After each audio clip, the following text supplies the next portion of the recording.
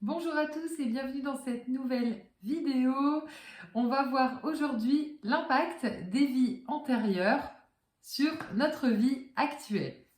Si vous me découvrez, je m'appelle Aurore, je suis médium dans le sens communication avec les défunts et je suis passionnée de lithothérapie et de soins au naturel par les plantes.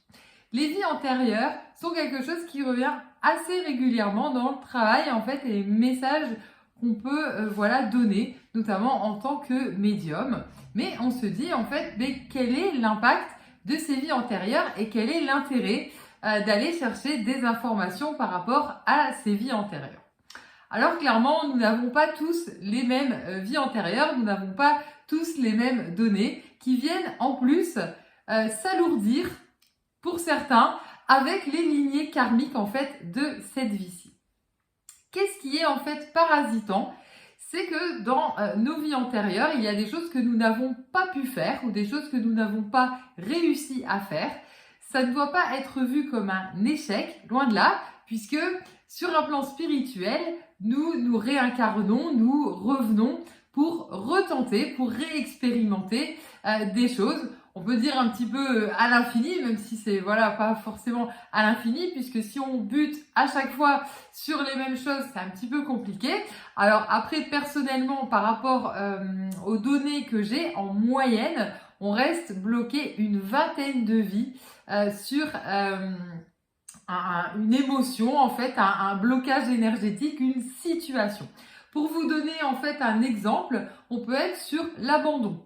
L'abandon familial, vous n'allez pas le vivre 20 fois de la même manière. L'abandon familial, ça va être, vous êtes abandonné, bien sûr, par votre famille ou un des deux parents, mais vous aussi, vous avez pu abandonner en fait vos enfants. Et c'est là où se posent les questions de se dire, est-ce que c'est une punition les vies antérieures, le fait de revenir en fait dans cette vie-là? Non, le tout c'est de comprendre en fait tout simplement. Puisque dans la vie où vous abandonnez vos enfants, donc c'est un exemple, est-ce qu'on va forcément dire que c'est mal? Pas forcément, parce que si vous n'avez pas les moyens en fait de leur donner en fait tout simplement ce dont ils ont besoin pour survivre, si vous savez qu'ils peuvent avoir une vie meilleure matérielle, voilà, comment peut-on juger? Et là où ça intervient en fait dans cette vie-ci, et c'est ça qui va vous intéresser le plus dans cette vidéo, c'est de comprendre que ce qu'on a vécu dans les précédentes vies, il y a une sorte d'espace-temps qui relie en fait toutes les vies antérieures avec notre vie actuelle et avec les vies futures. Ce qui fait que c'est extrêmement perturbant puisque c'est comme si nos différentes incarnations se font en même temps et ont vraiment une interaction qui s'embrique. De ce fait, on a aussi cette impression, quand il y a quelque chose qui peut se débloquer, se libérer, qu'on n'y a pas le droit, en fait, qu'il y a quelque chose quand même qui coince, alors que tout est là pour que ça aille. Et c'est là où notre âme va, en fait, avoir un petit choc, un petit tremblement, et puis nous manifester, finalement, entre guillemets, sa joie, avec les guides, de se dire, mais ça y est, on avance, on a compris dans cette vie-là, et pour autant, nous, on peut, mais tellement mal interpréter cela, se sentir, mais vraiment au plus mal et se dire, je fais les mauvais choix, c'est pas du tout ce qu'il faut faire, et repartir dans le mur à chaque fois.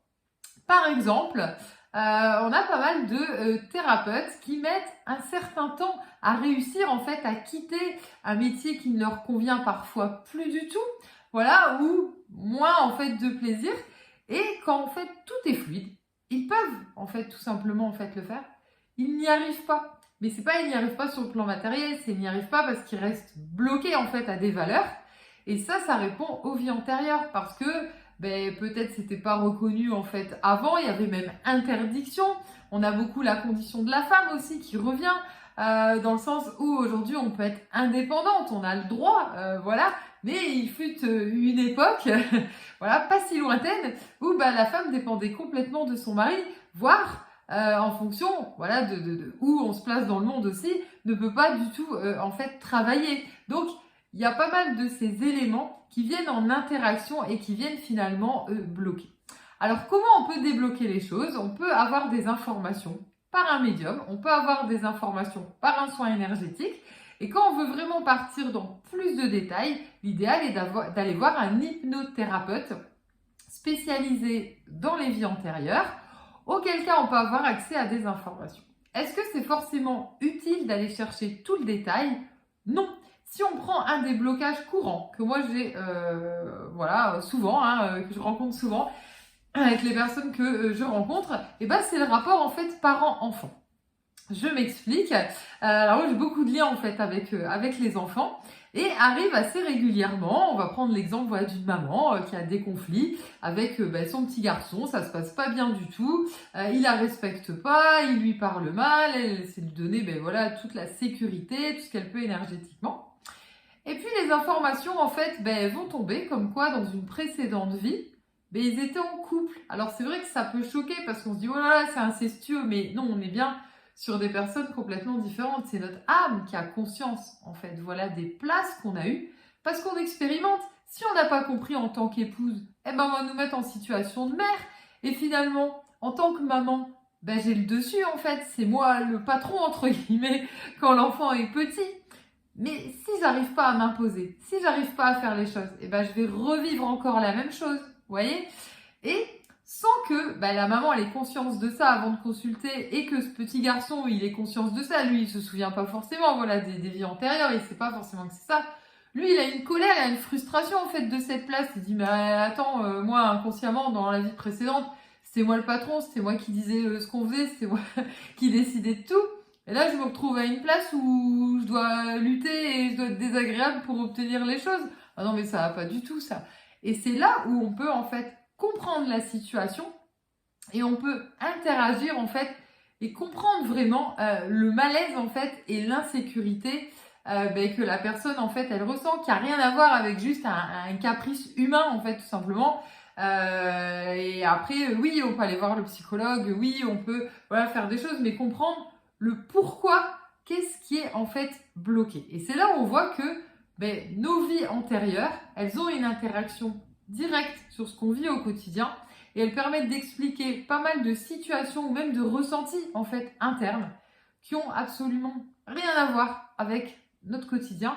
Et on peut avoir des angoisses, les gens qui sont claustrophobes par exemple, on peut être claustrophobe sans jamais avoir été enfermé ou vivre une mauvaise expérience dans cette vie-là. Ça peut être rattaché. Je connais quelqu'un qui a vécu ça et qui a eu des vies antérieures en fait enfermé, enterré vivant. Et il y a une claustrophobie qui persiste en fait dans cette vie-là. Et puis c'est très compliqué pour cette personne, même si elle a fait de l'hypnose, même si aujourd'hui elle a conscience de pourquoi en fait. Donc il y a du mieux, mais c'est pas toujours évident en fait de réussir à s'en défaire complètement. Voilà. J'espère vous avoir éclairé sur l'impact en fait des vies antérieures. Alors vous voyez, c'est sur plein de niveaux. Ça peut jouer sur les métiers qu'on n'ose pas faire, ça peut jouer sur les valeurs familiales, les choses qu'on n'ose pas dire, dont on n'ose pas en fait se libérer. Et puis pas mal de choses en rapport aussi avec nous-mêmes, la manière dont on se ressent, aussi la manière dont on va se juger aussi, qui est extrêmement importante. Et puis le physique aussi, il y a des personnes qui sont pas à l'aise dans leur physique, ça veut pas dire qu'ils se trouvent pas beaux, ça n'a rien à voir. C'est énergétique parce que pour eux, ils sont encore attachés en fait au corps physique qu'ils avaient dans d'autres vies et ils sont extrêmement en fait rattachés à ça. Donc vous voyez, il y a plein de choses perturbantes. J'espère vous avoir éclairé. Si vous voulez travailler ce blocage en fait avec les pierres notamment, vous pouvez travailler avec l'unakite qui est très lié, qui a deux couleurs, hein. Le vert qui est lié en fait au cœur, donc c'est vraiment une guérison. Et puis on a le orange dedans qui est lié en fait à nos peurs, au fait de retrouver aussi vitalité, dynamisme, de pouvoir se connecter, on dit, à l'enfant intérieur, de ressentir nos émotions de l'instant présent en fait de cette vie-là, et plus être parasité par des émotions de la toute petite enfance ou des vies antérieures qui correspondent plus. Et vous avez le bois fossile. Le bois fossile, comme son nom indique en fait, le bois c'est pour couper avec les vies antérieures. Donc c'est bien pour couper, d'être bien cette personne-ci dans cette vie. Et en même temps, le fossile, c'est pas pour rien. C'est d'aller chercher aussi nos capacités. C'est oui, dans cette vie-là, je peux assumer que j'ai du magnétisme, je peux assumer que j'ai une médiumnité, je vais plus passer au bûcher, je peux passer pour un foufou, mais c'est moins risqué. Donc voilà, j'espère vous avoir éclairé sur l'impact des vies antérieures dans cette vie-ci et je vous dis à très bientôt pour une prochaine vidéo.